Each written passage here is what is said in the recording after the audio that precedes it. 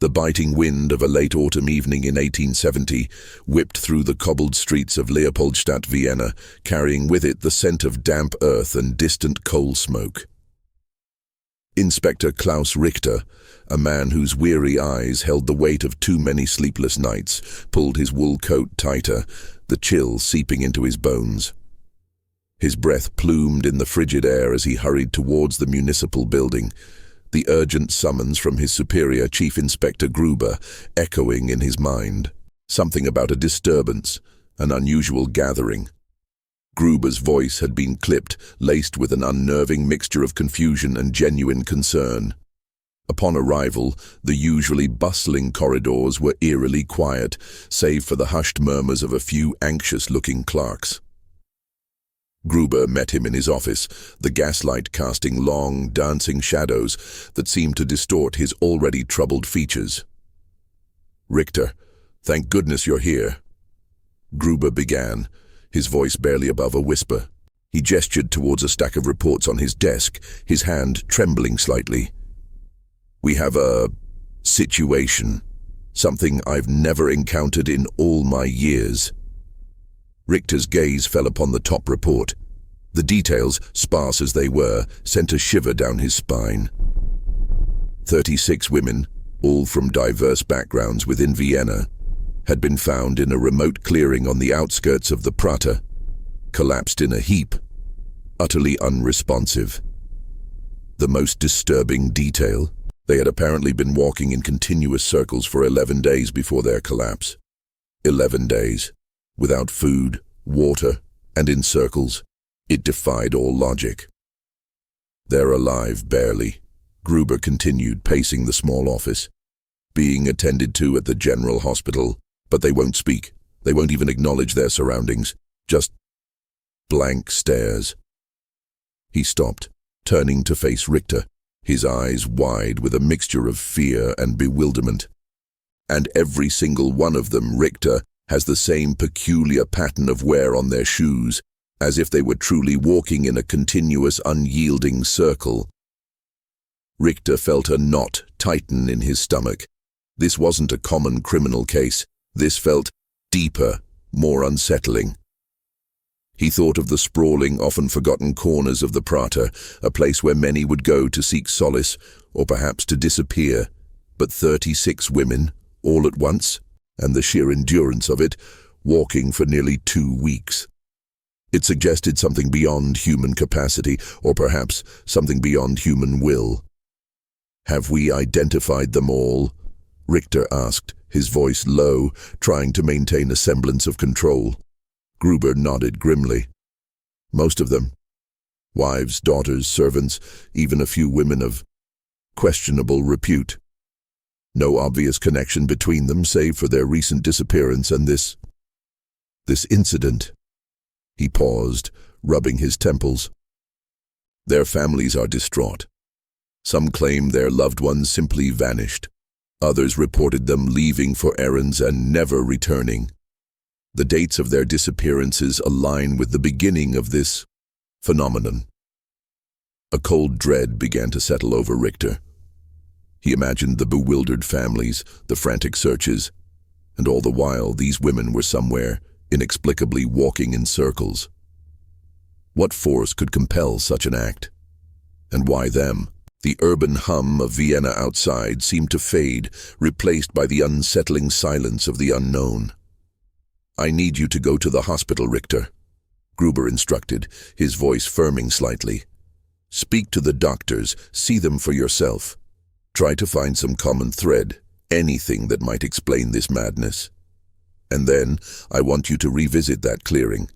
I've sent a team to cordon it off, but I want your eyes on it. Look for anything, however insignificant it may seem." Richter nodded, already planning his next steps. The weight of the city's unease seemed to press down on him.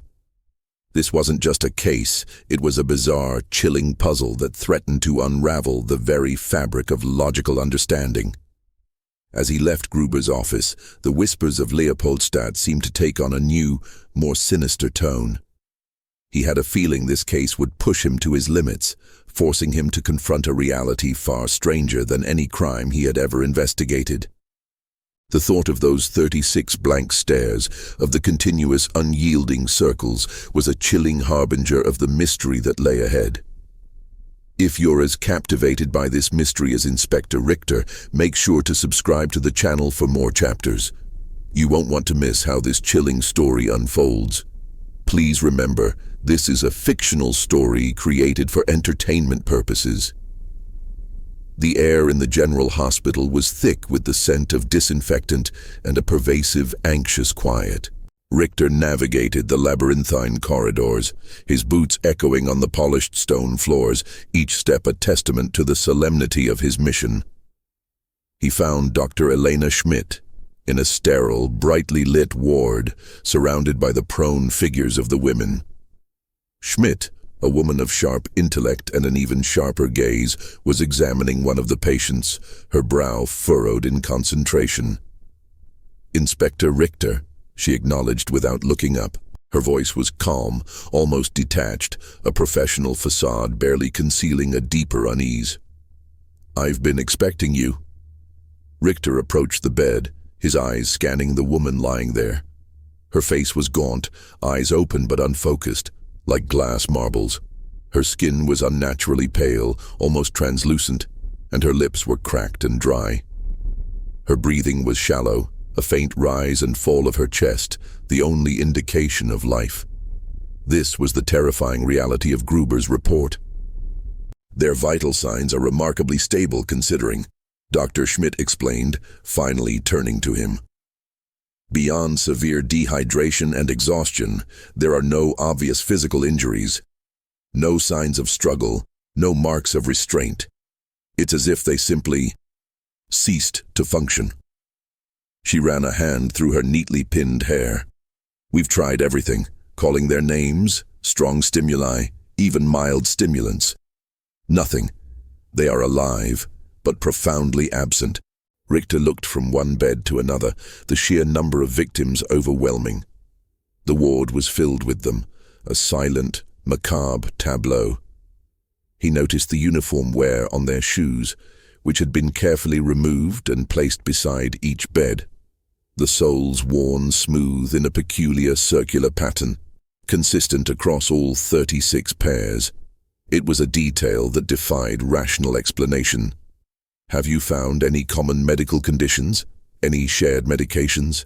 Richter pressed, desperate for a tangible lead. Dr. Schmidt shook her head. "We've run exhaustive tests. No shared illnesses, no common drugs in their systems that would induce such a state. They are, medically speaking, perfectly healthy yet completely unresponsive. It's unprecedented. We're dealing with a phenomenon, Inspector, not a malady." Richter's gaze drifted to a young woman, perhaps no older than 20, her delicate features serene even in her catatonic state. He wondered about her life, her family, the last moments before she vanished into this inexplicable horror. The psychological toll of such an event, even if the victims were unconscious of it, must be immense. And what about the families left to grapple with this bewildering tragedy? "What about their eyes?" Richter asked, leaning closer to one of the women. "They seem fixed." "Mydriasis," Dr. Schmidt confirmed. "Dilated pupils. A common symptom in states of shock or certain neurological conditions, but without other corroborating signs, it's just another piece of the enigma. It suggests a profound disassociation from reality, a complete withdrawal." She paused, then added, her voice dropping slightly. "It's as if their minds have simply turned off." Richter spent another hour in the ward observing, absorbing the unsettling stillness. He spoke to the nurses, who shared their own anxieties and observations, none of which offered any clarity. The medical staff were as baffled and disturbed as the police. The collective experience of the women, the sheer synchronicity of their collapse after such an impossible ordeal, pointed to something far more sinister than a simple accident or mass hysteria. Leaving the hospital, Richter felt the raw, penetrating chill of the evening more acutely. The city lights of Vienna, usually a comforting glow, now seemed to shimmer with an ominous, almost ethereal quality. His next destination was the clearing in the Prater. He had to see the place where this nightmare had unfolded, to feel the ground where 36 lives had been inexplicably altered. The carriage ride to the Prater was quiet, save for the rhythmic clatter of hooves on cobblestones. The Prater itself was a vast expanse of parkland, normally bustling with families and lovers. Now, under the shroud of darkness, it felt desolate and imposing. The police cordon around the clearing was stark against the backdrop of ancient trees, their bare branches clawing at the moonless sky like skeletal fingers. Sergeant Hoffman, a burly officer with a gruff demeanor, met him at the perimeter. "Inspector, the site is secured. Nothing has been touched since they were found." Richter ducked under the tape, his eyes scanning the ground. The grass was flattened in a distinct, circular path, roughly 20 paces in diameter. It was a perfect, unwavering circle, etched into the earth by the relentless tramping of 36 pairs of feet. It was a bizarre, almost ritualistic impression, as if an invisible hand had guided their steps. The sheer force required to wear down the earth like this over 11 days was staggering. It spoke of an unrelenting, almost mechanical perseverance. He walked along the perimeter of the circle, his boots crunching on fallen leaves.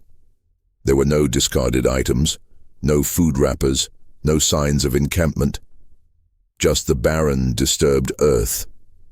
It was as if the women had simply materialized there, walked for nearly 2 weeks, and then vanished into their comatose state.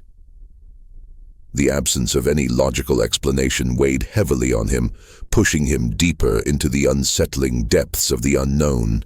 The silence of the clearing was profound, broken only by the distant hoot of an owl, a mournful sound that echoed the emptiness Richter felt in the face of such an unfathomable event. This was no ordinary crime. This was a chilling, inexplicable anomaly that demanded answers, yet offered none.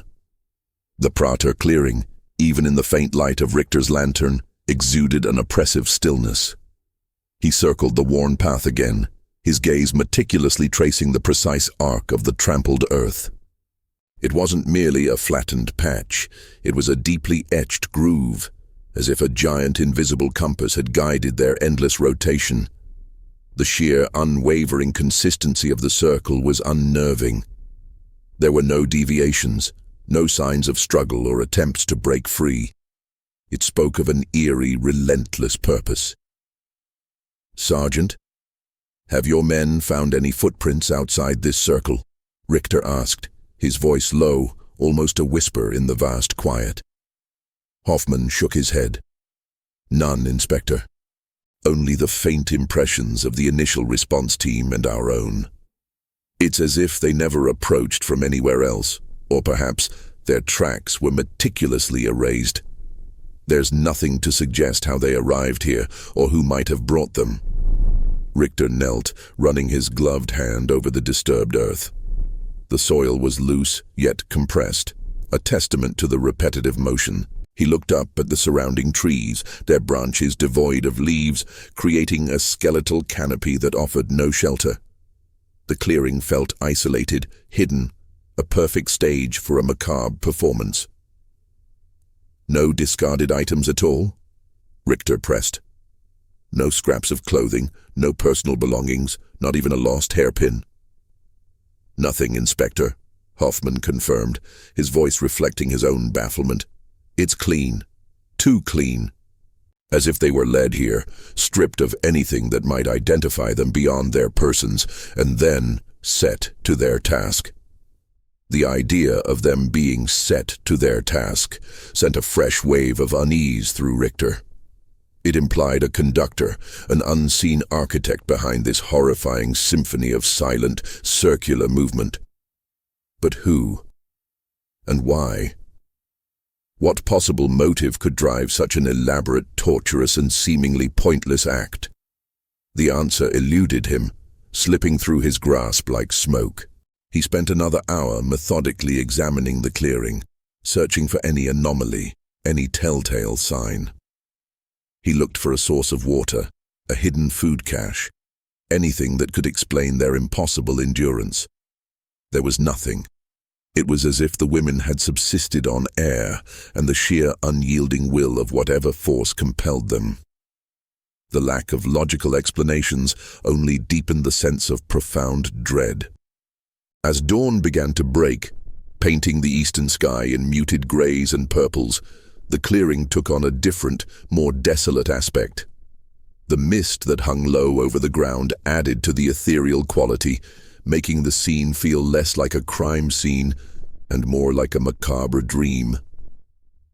Richter straightened up, his back aching, his mind reeling.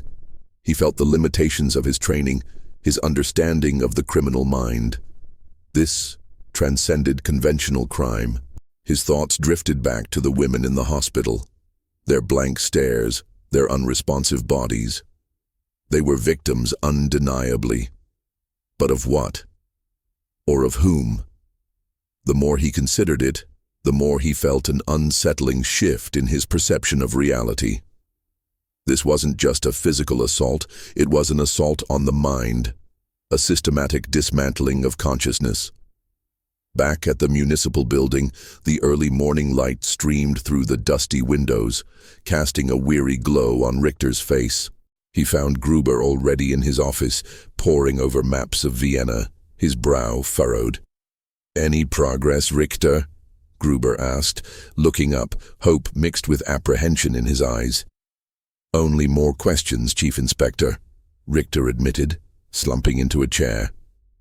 He recounted his observations from the hospital and the clearing, emphasizing the disturbing lack of evidence and the inexplicable nature of the women's condition. No struggle, no clear point of entry or exit from the clearing.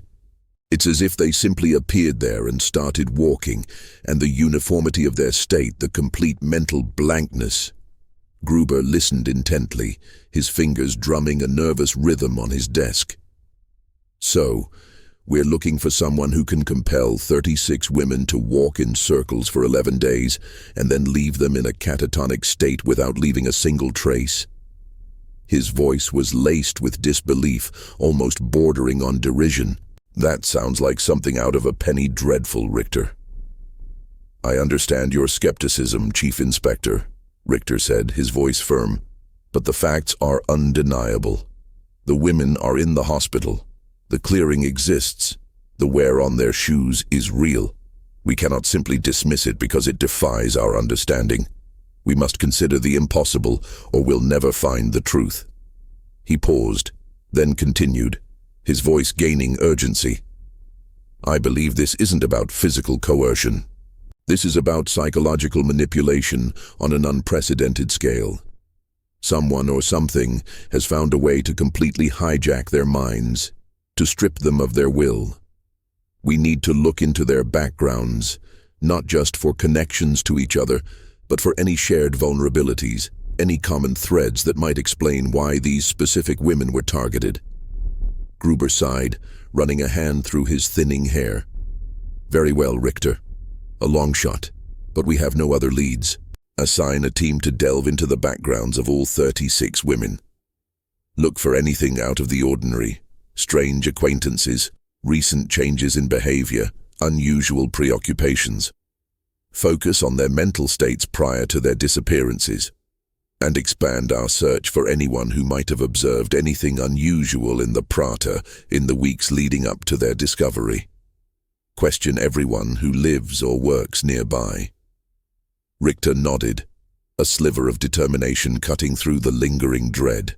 This was a monumental task, a needle in a haystack of secrets and societal norms.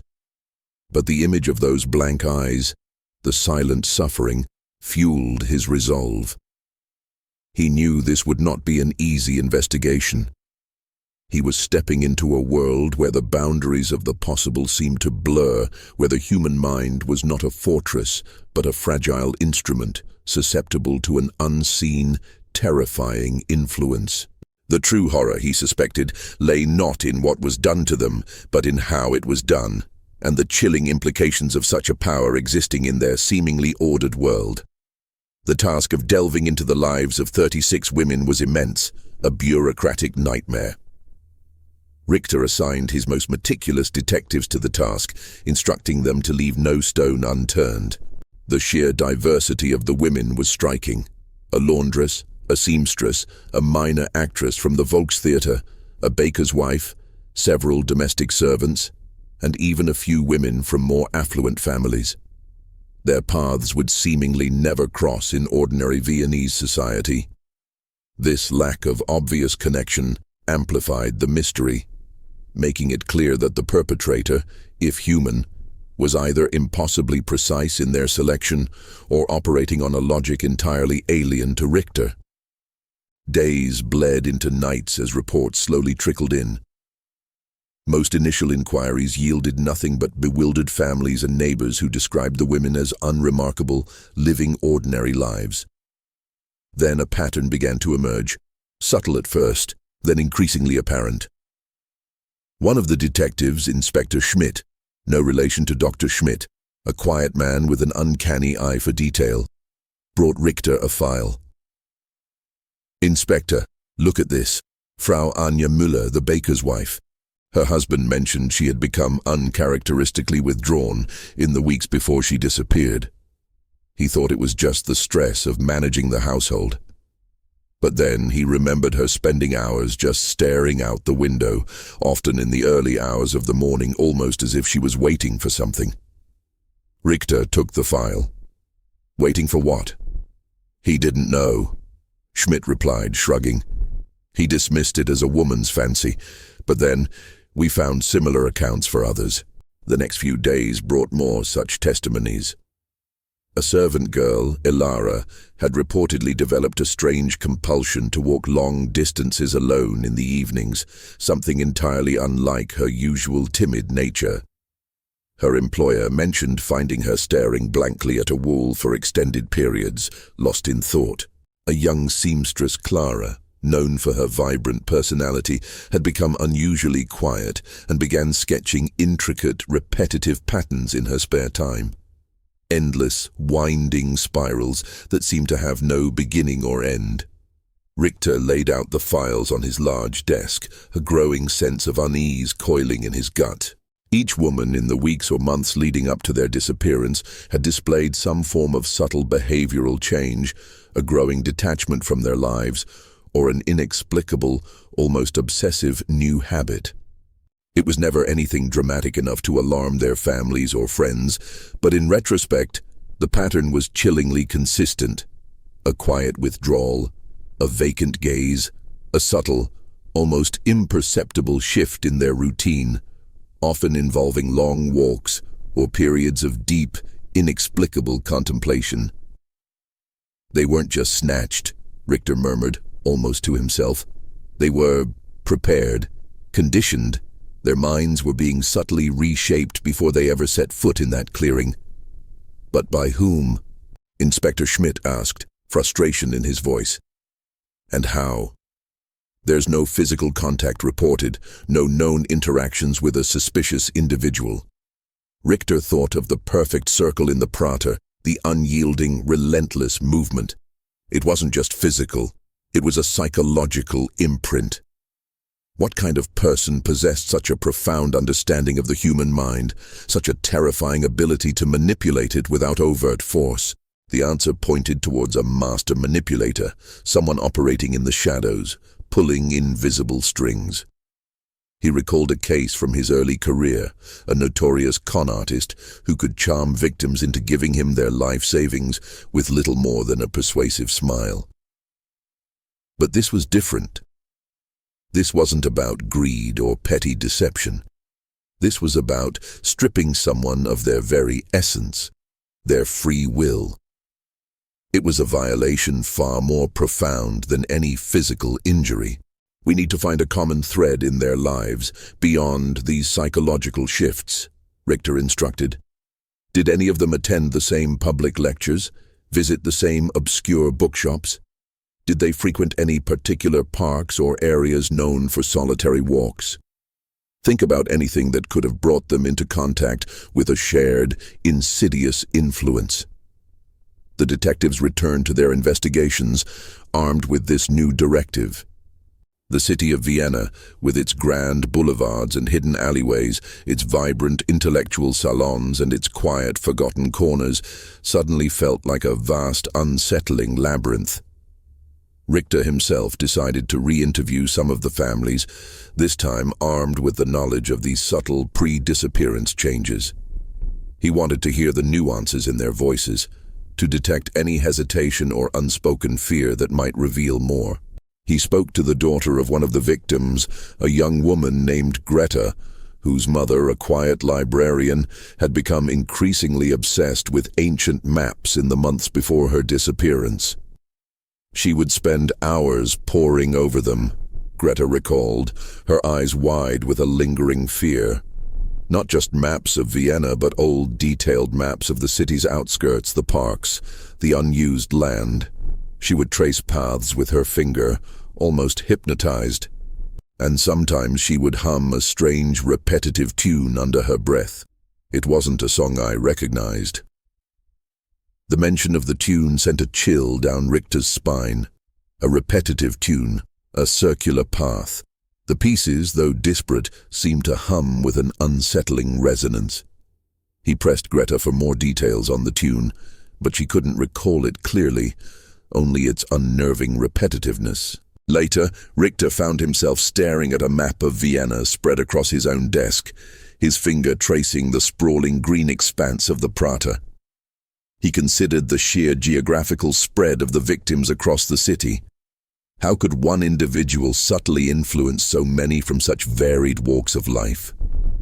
It pointed to a method that transcended physical proximity, perhaps something communicated through a medium, a concept, or even a shared subconscious vulnerability. The true horror, Richter realized, was not just the physical act of walking in circles, but the insidious psychological preparation that preceded it. These women hadn't been abducted from their lives had been slowly, subtly hijacked from within. The perpetrator wasn't just a criminal, they were a master of the mind. And that was a far more terrifying prospect. The echoes of obsession, faint at first, were now growing louder, drawing him further into the dark heart of the mystery. Has this chilling tale gripped you? Don't let the mystery end here. Subscribe to the channel to follow Inspector Richter's relentless pursuit of the truth. Please remember, this is a fictional story created for entertainment purposes. As Richter delved deeper into the subtle pre-disappearance behaviors, a disquieting pattern emerged, pointing towards a specific, almost surgical method of psychological infiltration. One detective, a young ambitious man named Steiner, stumbled upon a crucial detail. He had been interviewing the proprietor of a small, out-of-the-way bookshop, a place known for its esoteric collection. The proprietor, a nervous man with thick spectacles, recalled a woman, one of the victims, who had recently purchased a rare treatise on mesmerism and the power of suggestion. She seemed fascinated by it, the bookseller stammered, adjusting his spectacles. Came back several times, asking unusual questions about the mind's receptivity, the influence of repetitive sounds, that sort of thing. Odd, for a laundress. Richter's blood ran cold. Mesmerism. The theories of Franz Mesmer, though controversial, were gaining traction in certain circles, exploring the idea of animal magnetism and the power of suggestion to induce trance-like states. It was a concept often dismissed by mainstream science, but held a peculiar allure for those seeking to understand the hidden workings of the mind. This discovery, though seemingly minor, was a revelation. Richter immediately instructed his team to search for any other victims who had shown an interest in similar topics. Mesmerism, hypnotism, spiritualism, or any studies related to the subconscious mind. The reports started to flood in, slowly at first, then with increasing frequency. A governess had secretly attended lectures on mental fortitude and focus. A young widow had purchased pamphlets on the power of thought and guided meditation. The common thread wasn't just a subtle behavioral shift, but a specific fascination with methods of mental control and influence. It became clear the perpetrator wasn't just randomly targeting women. They were targeting those who, perhaps out of curiosity, vulnerability, or a desire for self-improvement, had opened themselves, however slightly, to the very ideas that were now being used against them. This wasn't brute force, it was insidious manipulation, preying on an inherent human susceptibility to suggestion. Richter felt a growing sense of dread. If the perpetrator was indeed using mesmerism or some form of hypnotic suggestion, the lack of physical evidence made the case almost impossible to prove. How do you prosecute a crime committed against the mind? And how could one individual project such powerful influence over 36 separate individuals, seemingly without direct contact? He began to theorize. Perhaps the influence wasn't delivered individually, but through a shared experience. A public lecture, a hidden gathering. The repetitive tune mentioned by Greta, the librarian's daughter, resonated in his mind. Could a specific sound, a rhythmic pattern, act as a trigger? He ordered a search for any public figures in Vienna known for their lectures or demonstrations on mesmerism, particularly those operating outside conventional medical or scientific circles. The city, known for its intellectual ferment, had its share of eccentric academics and shadowy spiritualists. One name kept reappearing in the police records: Professor Alaric Thorne. Thorne was a reclusive intellectual known for his controversial theories on the collective unconscious and the malleability of the human will. He had been dismissed from the University of Vienna years ago for his unorthodox methods, which allegedly involved experimental sessions with volunteers to explore the depths of their subconscious. Rumors persisted that some of his former patients had experienced strange, lingering psychological effects. Richter felt a jolt of recognition. This was it. This was the unseen architect. Thorne. His reputation, his theories, his known interest in manipulating the mind. It all fit with the subtle, insidious nature of the crime. He dispatched a team to Thorne's last known address, a secluded, imposing villa on the outskirts of the city, nestled deep within a forested area, not far from the Prater. The location itself was suspicious, perfect for carrying out clandestine activities away from prying eyes. The chill of the autumn evening had returned, and as Richter waited for the team's report, he felt a nervous energy thrumming beneath his skin. Hours later, Inspector Schmidt returned, his face grim. "The villa is empty, Inspector, completely. Looks like it's been abandoned for weeks, maybe months. No signs of forced entry, no struggle. Just empty." Richter slammed his fist on the desk, the frustration bubbling to the surface. Thorne was gone. He had vanished, leaving behind only the chilling signature of his work. 36 women adrift in the waking world, their minds stolen, their lives irrevocably altered. It was a cruel, calculated act of escape. "Did you find anything at all?" Richter demanded, his voice tight. "Only this," Schmidt said, producing a small, leather-bound journal. "Found it hidden beneath a loose floorboard in the study. Looks like some kind of personal diary, or perhaps a research log." Richter snatched the journal, his heart pounding. The cover was unmarked, but the pages within were filled with dense, meticulous handwriting. He flipped it open, his eyes scanning the first few lines. It was a chilling read. Thorne's entries detailed his experiments on human subjects, his theories on repetitive stimuli, and the gradual erosion of individual will. He spoke of tuning the mind, of finding the resonant frequency that could induce a state of complete susceptibility. One entry, dated a few months prior, stood out. It described a new method of collective induction, a powerful non-verbal technique that could influence multiple subjects simultaneously. It spoke of using sound, a specific rhythmic pulsation, as a conduit, a means to bypass conscious thought and implant new directives directly into the subconscious. Richter remembered Greta's description of her mother humming a strange, repetitive tune. The pieces were falling into place, forming a horrifying mosaic. Thorn wasn't physically present at the praetor. He had orchestrated the entire event from a distance, using some unseen, unheard frequency, a sinister conductor guiding his orchestra of victims. The true horror of Thorn's actions became clear. He had not physically harmed these women, but he had done something far worse. He had stolen their very essence, their ability to think, to choose, to be. He had left them as empty vessels, shells of their former selves.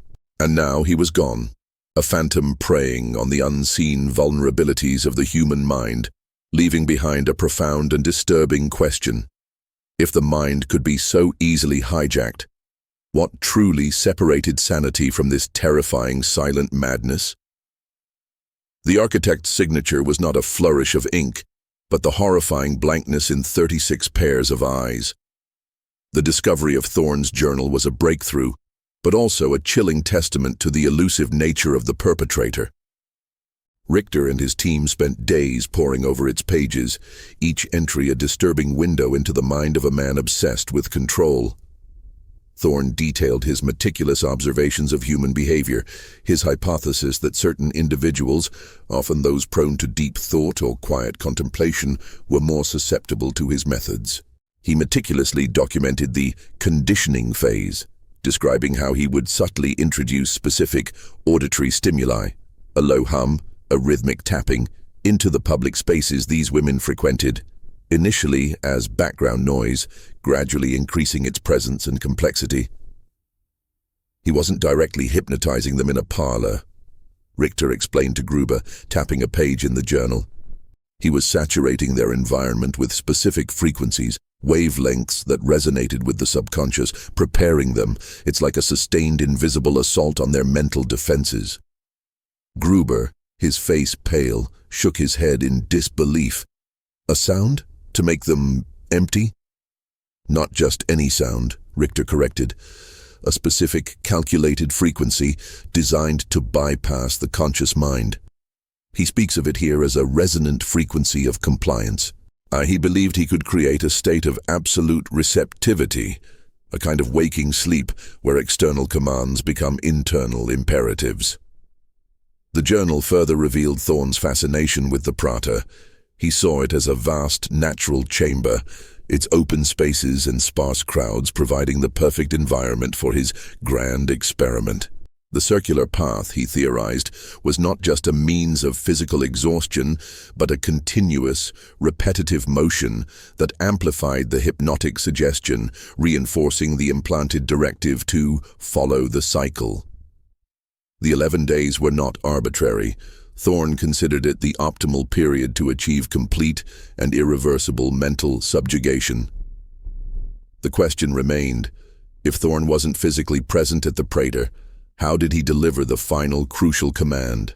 The journal mentioned a broadcast mechanism, a device he was perfecting, capable of emitting his precise frequencies over a considerable distance. It was a technological leap far beyond what was commonly known in 1870, hinting at a hidden genius, or perhaps a dangerous obsession that pushed the boundaries of scientific understanding. Richter assigned a new team to search Thorn's abandoned villa with unprecedented rigor, specifically looking for any concealed laboratories, hidden compartments, or remnants of this broadcast mechanism. He felt a sense of urgency. If Thorn had successfully deployed such a device once, he could do it again. The 36 women were not just victims, they were a horrifying proof of concept. Meanwhile, the situation at the General Hospital remained unchanged. The women were stable but comatose, their bodies slowly recovering, but their minds lost in an unknown abyss. Their families, clinging to fading hope, watched over them, their grief compounded by the bewildering nature of their loved one's condition. Dr. Schmidt admitted that without understanding the exact mechanism of their mental state, recovery was unlikely. They were essentially living husks, animated by a fragile biological pulse. Days turned into a week. The search of the villa yielded nothing. Thorn had been meticulous in erasing his presence. The broadcast mechanism remained a terrifying phantom, a piece of the puzzle that was vital to understanding his method, and more importantly, to preventing future occurrences. Richter, frustrated and exhausted, returned to the journal, rereading the entries, searching for any overlooked clue. He noticed a recurring, almost obsessive reference to the harmonic convergence, a specific alignment of certain environmental factors that Thorn believed enhanced the power of his frequencies. He spoke of certain lunar phases, specific atmospheric conditions, and even the natural resonance of certain geological formations. It sounded like the ravings of a madman, yet the chilling reality of the 36 women proved otherwise. One evening, staring at a map of Vienna, Richter noticed something peculiar. The villa, the Prater clearing, and a series of smaller, abandoned structures on the city's fringes seemed to form a rough, unsettling geometric pattern. He remembered Thorn's musings on nodes of influence and resonant points within the urban landscape. Could the broadcast mechanism be something not contained within the villa, but rather disseminated through a series of smaller, hidden emitters placed at these strategic locations? He shared this theory with Gruber, who, though still skeptical of the frequency aspect, agreed to deploy teams to investigate these seemingly insignificant structures. The task was daunting, like searching for ghosts in a city of millions, but it was their only lead. The weather had shifted. A cold, persistent rain began to fall, turning the cobbled streets slick and reflective. The oppressive grey sky seemed to mirror the growing despair in Richter's heart. He felt as though he was chasing not a criminal, but a malevolent idea, a concept of control so insidious it defied all conventional understanding. The trail of the unraveling thread was thin, fragile, but he had to follow it, no matter how terrifying its conclusion. The fate of the 36 women, and potentially countless others, depended on it. The relentless autumn rain continued to fall, turning Vienna's elegant streets into shimmering, melancholy rivers. Richter's theory of a distributed broadcast mechanism sent his team scrambling across the city's fringes, investigating every derelict building, every forgotten shack that seemed to align with the unsettling geometric pattern he had discerned from Thorn's cryptic notes. It was a desperate gambit, driven more by intuition and the sheer absence of other leads than by concrete evidence. Days passed with no significant discoveries. Frustration mounted. The public, though largely unaware of the full horror, sensed the lingering strangeness in the air, the unexplained shadow cast by the 36 comatose women. Rumors, wild and unsettling, began to circulate through the city's taverns and markets, whispers of a curse, of a sinister cult, of a new unseen plague. Richter, haunted by the blank eyes of the victims and the impenetrable genius of Thorn, felt the pressure intensely. He returned to the Prater clearing, despite the rain, walking the circular path again and again. The flattened earth, now slick with mud, felt like a silent accusation. He imagined the women day after day, their bodies moving in a horrifying trance, their minds held captive by an unseen force. What was the exact point of origin of that force? He recalled Thorn's obsession with harmonic convergence and natural resonance. The Prater, a vast open space, was also bordered by the Danube Canal. Could the water itself or something beneath it play a role? It was a far-fetched idea bordering on the esoteric, but Thorn's journal had pushed the boundaries of conventional thought. He summoned a small group of specialists, engineers, a geographer, and even a former military communications expert, to review Thorn's journal entries and his own observations. He laid out the maps, the patterns, the chilling descriptions of resonant frequencies. The engineers scoffed at first, but the communications expert, a stoic man named Herr Kessler, listened intently. "Inspector," Kessler finally said, his voice gravelly, "Thorn's theories, as outlandish as they sound, bear a faint resemblance to early experiments in telegraphy and wave propagation. The idea of resonance isn't entirely unfounded.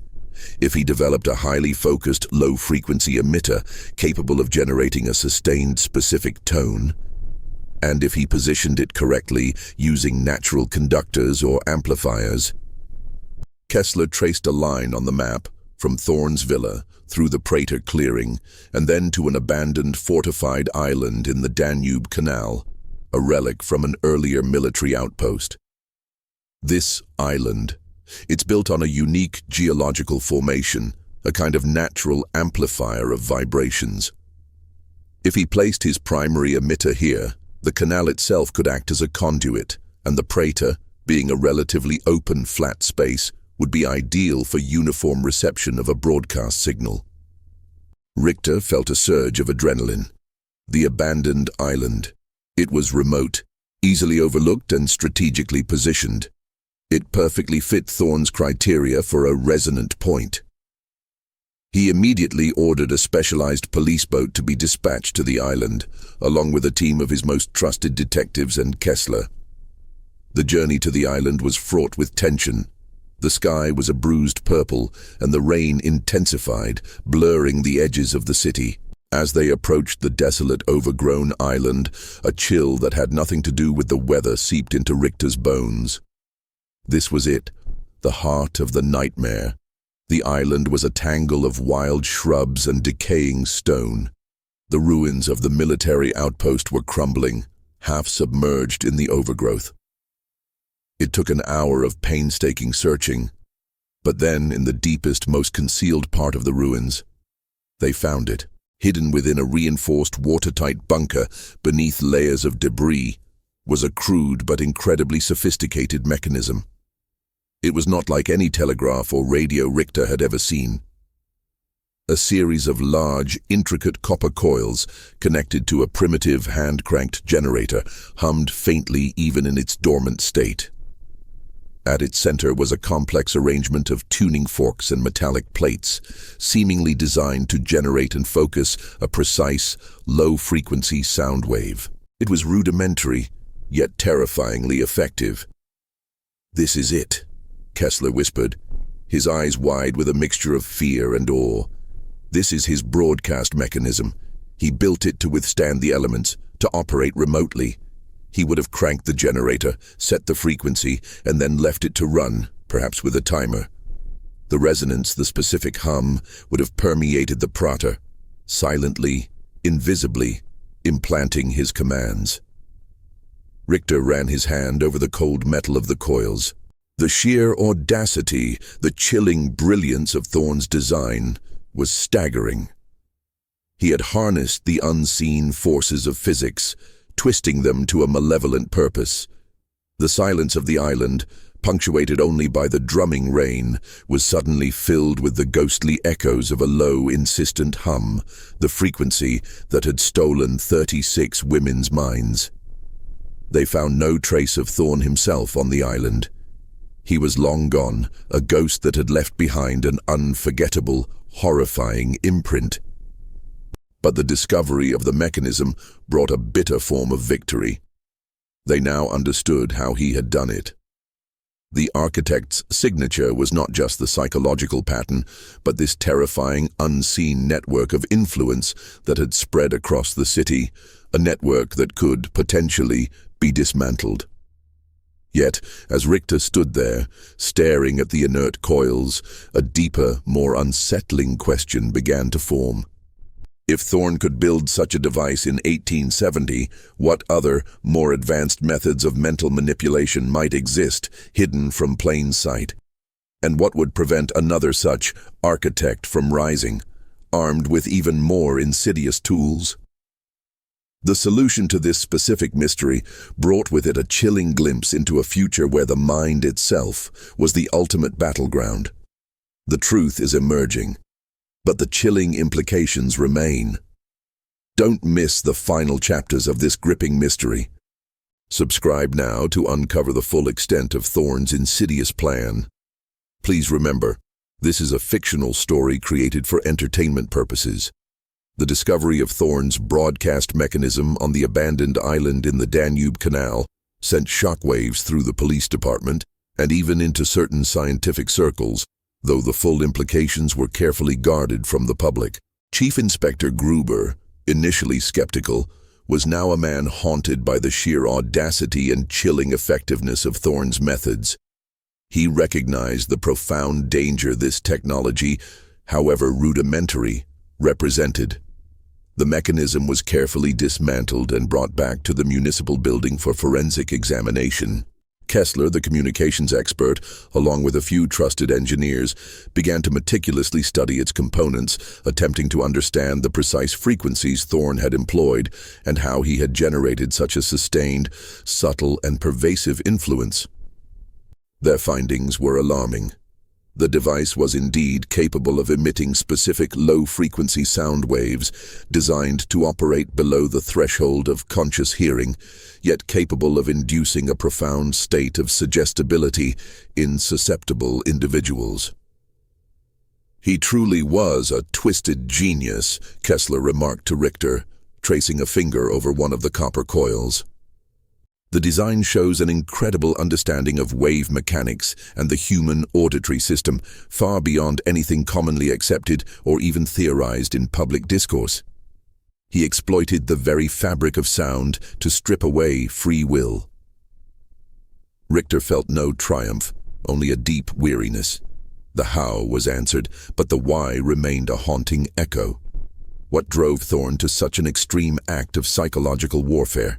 Was it pure scientific curiosity, a desire for ultimate control, or something even more sinister?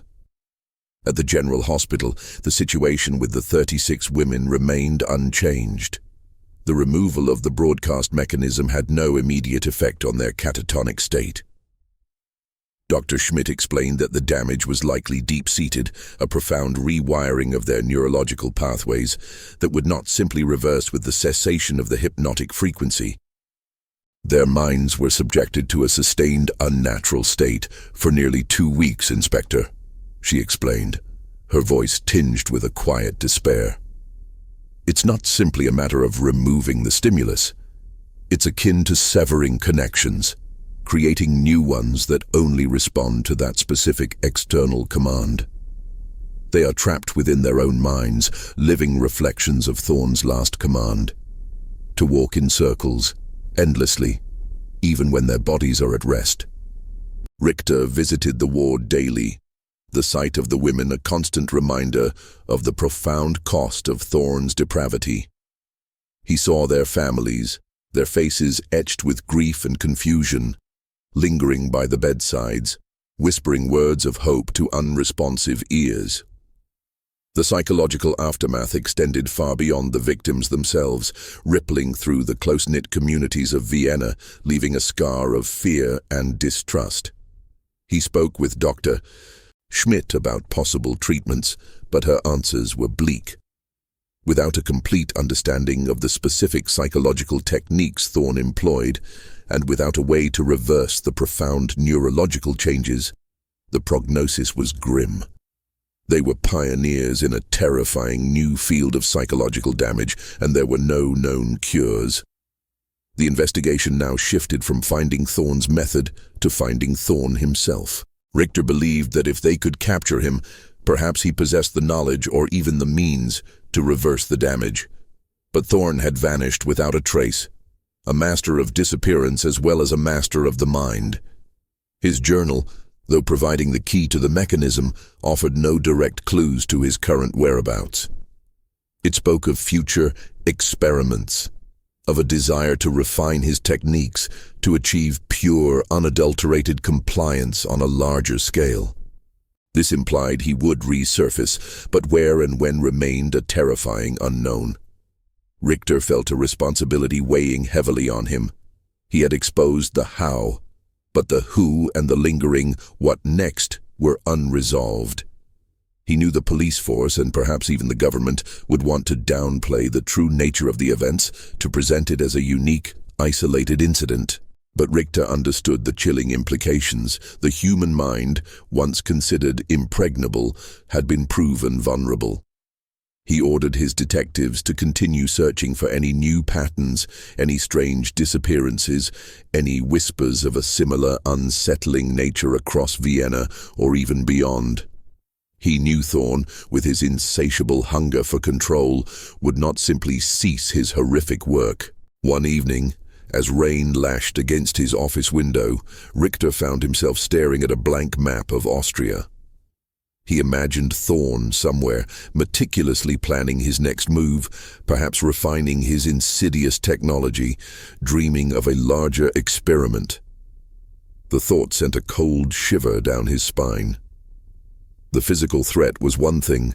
The unseen psychological threat, capable of turning an entire population into unwitting puppets, was far more terrifying. The 36 women were not just victims, they were a warning.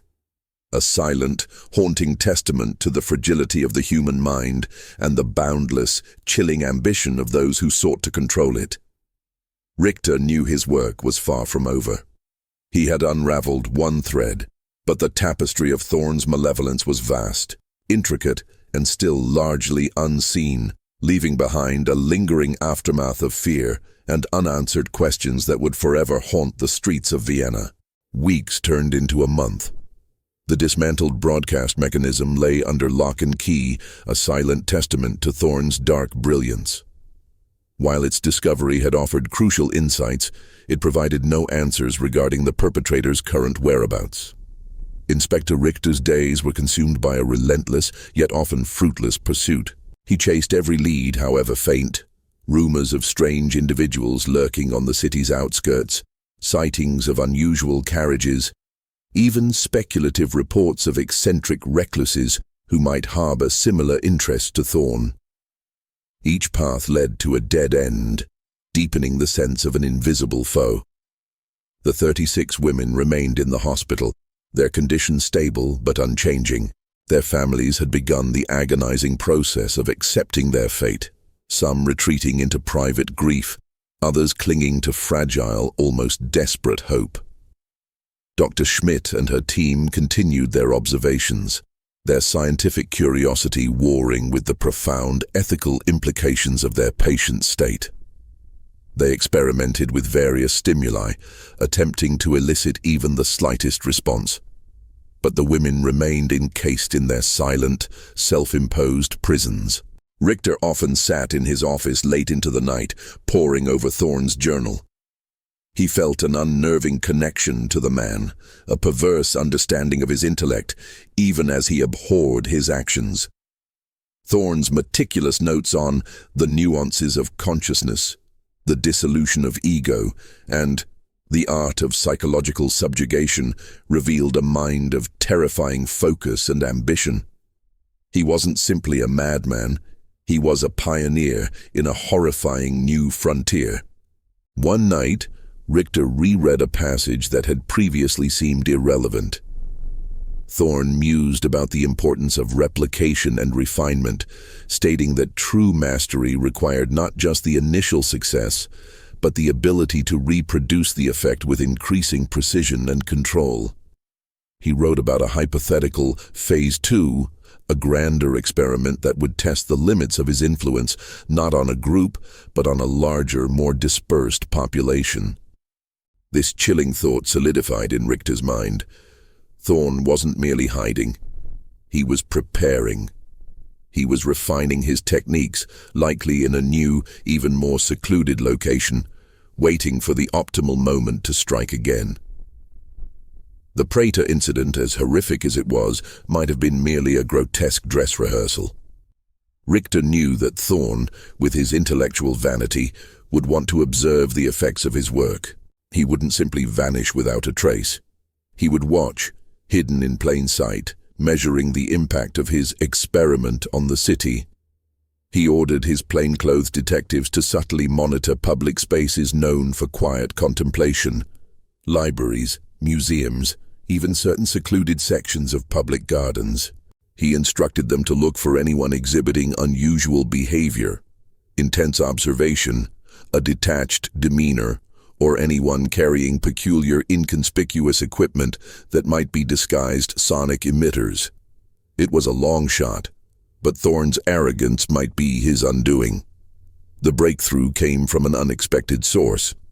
A young, aspiring journalist named Leopold, who had been tirelessly researching the strange incident for a local newspaper, driven by a morbid fascination. Leopold had been interviewing the families of the victims, seeking a human angle to the bizarre story. He approached Richter with a hesitant yet insistent demeanor. "Inspector Richter, I've been speaking with the family of Frau Agnes Bauer, one of the women in the hospital," Leopold began, his voice earnest. Her sister mentioned that Agnes had a very precise daily routine. Every afternoon at exactly 3 o'clock, she would sit by the window in their quiet street, mending clothes and listening to the bells of St. Stephen's Cathedral. But for a few weeks before she disappeared, she stopped listening to the bells. She just sat there, staring blankly, even when the bells chimed. Richter's mind raced. The bells of St. Stephen's, a prominent, pervasive sound across a large section of Vienna. Thorn's journal had alluded to using existing environmental sounds, subtly layering his frequencies within them, making his influence virtually undetectable. The bells, with their resonant, repetitive chiming, would be a perfect carrier wave for a subliminal frequency. "Did her sister notice anything else?" Richter pressed, his voice taut with suppressed excitement. "Only that she sometimes seemed to be listening to something else entirely," Leopold added, a puzzled look on his face. "Something quiet, almost like a faint hum beneath the bells. But she dismissed it as her imagination." This was it. The method of delivery, refined. Thorn wasn't just using a single remote device. He was perhaps layering his influence within the very acoustic fabric of the city. He wasn't broadcasting a direct, obvious sound, but a subtle, low-frequency hum, an insidious ghost in the machine of Vienna's daily life, masked by familiar sounds. Richter immediately contacted Kessler, explaining his new theory. Kessler, his scientific mind intrigued by the terrifying possibility, agreed to conduct a new set of tests around St. Stephen's Cathedral, using specialized equipment to detect any unusual, persistent, low-frequency emissions. The atmosphere in Vienna felt heavy, a quiet tension simmering beneath the surface. Richter imagined Thorn, somewhere out there, watching, listening, a ghost in the machine of the city, pulling invisible strings, waiting for his next grand, horrifying experiment. The lingering aftermath of the first event had taught him a terrible truth.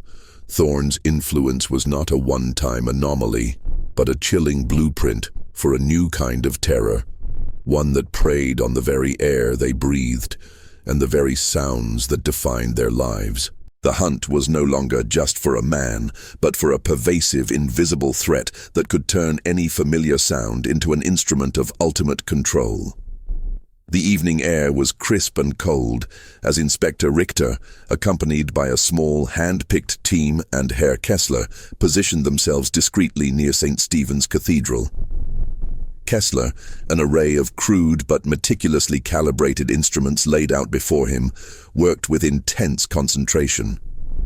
The city's hum was a familiar symphony of carriage wheels, distant chatter, and the occasional peal of a church bell.